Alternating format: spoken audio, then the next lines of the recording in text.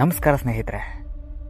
ಒಮ್ಮೆ ಇಮ್ಯಾಜಿನ್ ಮಾಡ್ಕೊಳ್ಳಿ, ನಾವು ಒಂದು ಪುಟ್ಟ ದೋಣಿಯಲ್ಲಿ ಸಮುದ್ರದ ಮಧ್ಯಕ್ಕೆ ಹೋಗಿರ್ತೀವಿ ಅಂದ್ಕೊಳ್ಳಿ. ಸಡನ್ನಾಗಿ ದೋಣಿ ಕೆಟ್ಟೋಗ್ಬಿಡತ್ತೆ.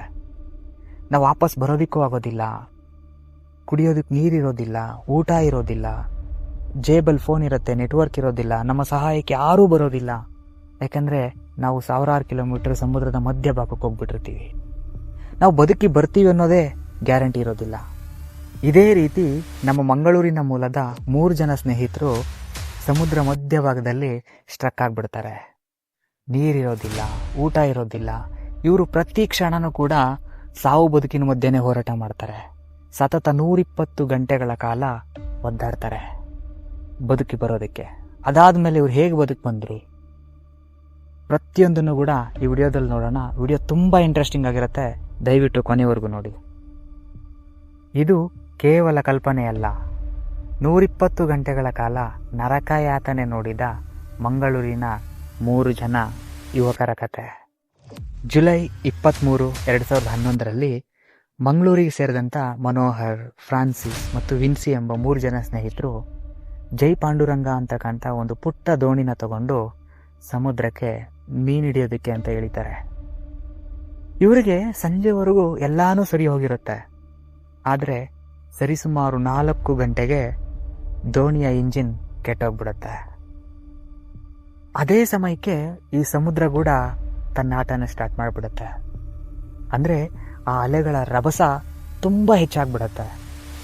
ಎಷ್ಟು ಜೋರಾಗಿ ಅಲೆಗಳು ಬರೋಕ್ಕೆ ಸ್ಟಾರ್ಟ್ ಆಗಿಬಿಡುತ್ತೆ ಅಂದರೆ ಆ ದೋಣಿನ ಸಮುದ್ರದ ಮಧ್ಯಭಾಗಕ್ಕೆ ತಗೊಂಡೋಗಿ ನಿಲ್ಲಿಸ್ಬಿಡುತ್ತೆ. ಆ ಸಮಯದಲ್ಲಿ ಅವ್ರು ಏನು ಮಾಡಬೇಕು ಅನ್ನೋದೇ ಕೂಡ ಅವ್ರಿಗೆ ತೋಚದೇ ಇರೋ ಪರಿಸ್ಥಿತಿ ಬಂದ್ಬಿಡುತ್ತೆ. ಒಟ್ಟಿನಲ್ಲಿ ಇವರು ಆ ಸಮುದ್ರದ ಸಾವಿನ ಬಲೆಯಲ್ಲಿ ಸಿಕ್ಕಾಕೊಂಡ್ಬಿಡ್ತಾರೆ. ಒಂದಲ್ಲ ಎರಡಲ್ಲ, ಬರೋಬ್ಬರಿ 5 ದಿನಗಳ ಕಾಲ. ಈ ರಾತ್ರಿ ಹೊತ್ತಂತೂ ಅವ್ರ ಪರಿಸ್ಥಿತಿ ತುಂಬ ಕೆಟ್ಟದಾಗಿರುತ್ತೆ. ಈ ಮೈ ಕೊರೆಯಷ್ಟು ಚಳಿ, ಹೊಟ್ಟೆ ಹಸುವು, ಬಾಯಾರಿಕೆ, ಕುಡಿಯೋದಕ್ಕೊಂದನಿ ನೀರು ಕೂಡ ಇರೋದಿಲ್ಲ. ಈ ಮನುಷ್ಯನಿಗೆ ಹಸಿವಿಗಿಂತ ಹೆಚ್ಚು ಕಾಡೋದು ಬಾಯಾರಿಕೆ. ಸಮುದ್ರದ ನೀರು ಉಪ್ಪಾಗಿರುತ್ತೆ, ಕುಡಿದ್ರೆ ಕಿಡ್ನಿ ಫೇಲ್ ಆಗೋಗುತ್ತೆ ಅಂತ ಭಯ. ಆಗ ಅವ್ರು ಮಾಡಿದ್ದೇನು ಗೊತ್ತಾ, ಅದೇ ಸಮಯಕ್ಕೆ ಅಲ್ಲಿ ಮಳೆ ಬರೋಕ್ಕೆ ಸ್ಟಾರ್ಟ್ ಆಗಿಬಿಡುತ್ತೆ. ಹೇಗೋ ಹಾಗೆ ಮಾಡಿ ಮಳೆ ನೀರನ್ನೇ ಕೂಡ ಅವರು ಶೇಖರಣೆ ಮಾಡ್ಕೊಳ್ಳೋಕೆ ಸ್ಟಾರ್ಟ್ ಮಾಡ್ತಾರೆ. ಅದನ್ನೇ ಕುಡಿದು ಹೇಗೋ ತಮ್ಮ ಪ್ರಾಣನ ಹಿಡಿದಿಟ್ಕೊಂಡ್ಬಿಡ್ತಾರೆ. ಆದರೆ ಹಸಿವು ಕೇಳಬೇಕಲ್ವಾ, ಆ ಹಸಿವು ತಾಳಲಾರದೆ ಹಸಿ ಮೀನನ್ನೇ ಹಿಡಿದು ತಿನ್ನೋಕೆ ಸ್ಟಾರ್ಟ್ ಮಾಡಿಬಿಡ್ತಾರೆ. ಪ್ರತಿ ಕ್ಷಣ ಕೂಡ, ಪ್ರತಿ ಗಳಿಗೆ ಕೂಡ ಅವ್ರಿಗೆ ಸಾವು ಅನ್ನೋದು ತಮ್ಮ ಹಿಂದೆನೇ ಸುತ್ತಾ ಇರುತ್ತೆ. ಹೀಗೆ ಹೇಗೋ ಒಂದು ಮಾಡಿ 4 ದಿನ ಕಳೀತಾ ಬರುತ್ತೆ. 5ನೇ ದಿನ ಅವರ ಭರವಸೆ ಅನ್ನೋದು ಫುಲ್ ಡೆಡ್ ಆಗಿಬಿಡುತ್ತೆ. ಇನ್ನೇನು ನಮ್ಮ ಕತೆ ಮುಗೀತು, ನಮ್ಮ ಹೆಣ ಕೂಡ ಮನೆಗೆ ಸಿಗೋದಿಲ್ಲ ಅಂತ ಅವರು ಫಿಕ್ಸ್ ಆಗಿಬಿಡ್ತಾರೆ.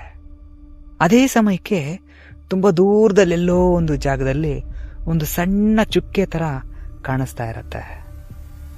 ಅದು ಮಿಸಿಯಾ ಎಂಬ ಕೇರಳದ ಬೋಟ್ ಆಗಿರುತ್ತೆ. ಆದರೆ ಆ ಬೋಟು ಇವ್ರನ್ನ ಗಮನಿಸದೆ ಹೋಗ್ಬಿಟ್ರೆ, ಯಾಕಂದರೆ ಇವ್ರಿಗೆ ಸತತ 4 ದಿನಗಳವರೆಗೂ ಒಂದೇ ಒಂದು ಮನುಷ್ಯನ ಕುರುಹು ಕೂಡ ಸುತ್ತಮುತ್ತ ಕಂಡಿರಲ್ಲ. ಆ ಕ್ಷಣದಲ್ಲಿ ಎಲ್ಲೋ ಒಂದು ಕಡೆ ತುಂಬ ದೂರದಲ್ಲಿ ಒಂದು ಚುಕ್ಕಿ ಥರ ಒಂದು ಬೋಟ್ ಕಾಣಿಸಿರತ್ತೆ.